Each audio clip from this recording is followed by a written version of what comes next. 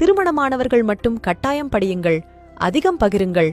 கல்யாணமான புதுசுல உங்க கணவர் சமயம் கிடைக்கும் போதெல்லாம் உங்களை கட்டி அணைத்திருப்பார், முத்தம் கொடுத்திருப்பார், சமையலறைக்கு அடிக்கடி ஓடி வந்திருப்பார், உங்கள் பிறந்த நாளுக்கு நள்ளிரவில் வாழ்த்தியிருப்பார், சிறப்பு பரிசுகள் கொடுத்திருப்பார். ஆனால் வருடங்கள் கூட கூட இதெல்லாம் குறைந்திருக்கும். சமயங்களில் அறவே நின்று கூட போயிருக்கும். இதுதான் யதார்த்தம். ஆனால் நீங்கள் ஆரம்பகால விஷயங்களோடு ஒப்பிட்டு ஒப்பிட்டு அவரை குடையத் தொடங்குவீர்கள். உங்கள் கோபம் எரிச்சலாக வெளிப்படும். இந்த எரிச்சல் மேலும் மேலும் உங்களிடமிருந்து அவரை விலக்குமே தவிர எந்த காலத்திலும் அந்த இன்ப நினைவுகளை மீண்டும் நிகழ்வில் கொண்டுவரவே வராது.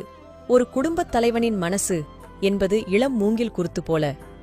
ஆரம்ப காலங்களில் நீங்க அந்த குருத்துக்கு சப்போர்ட்டாக நிற்பீர்கள் என்று அந்த குருத்து ஆனந்திக்கும். ஆனால் அவர் சகோதரர்களுடன் முரண்பாடு, அவர் சகோதரிகளுடன் முரண்பாடு, அப்பா அம்மாவுடன் முரண்பாடு, பொருளாதார தேவைகள் என தொடர்ச்சியாக நீங்கள் ஒவ்வொரு கல்லாக கட்டி அந்த குருத்தில் கட்டும்போது அந்த குருத்து வளைந்து தரையை தொட்டிருக்கும்.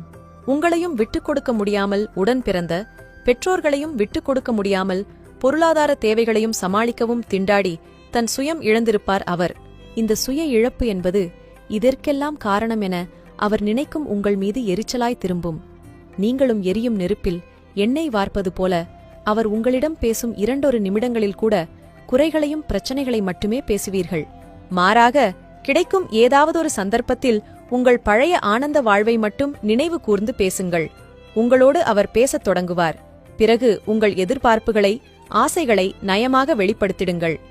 ஏதாவது பணப்பிரச்சனை என்றால் அதை பிரம்மாண்டமாய் விவரிக்காமல் மிகச் சாதாரண விஷயமாய் சொல்லுங்கள். கவலைப்படாதீங்க, சமாளிப்போம் என்று பன்மையில் நானும் உங்களுடன் இருக்கிறேன் என்று உணர்த்துங்கள். அவ்வளவுதான். உங்கள் திருமணமான புதிதிலிருந்த வசந்தம் மீட்டெடுக்கப்படும். 50லும் ஆசை வரும். இளமை ஊஞ்சலாடும்.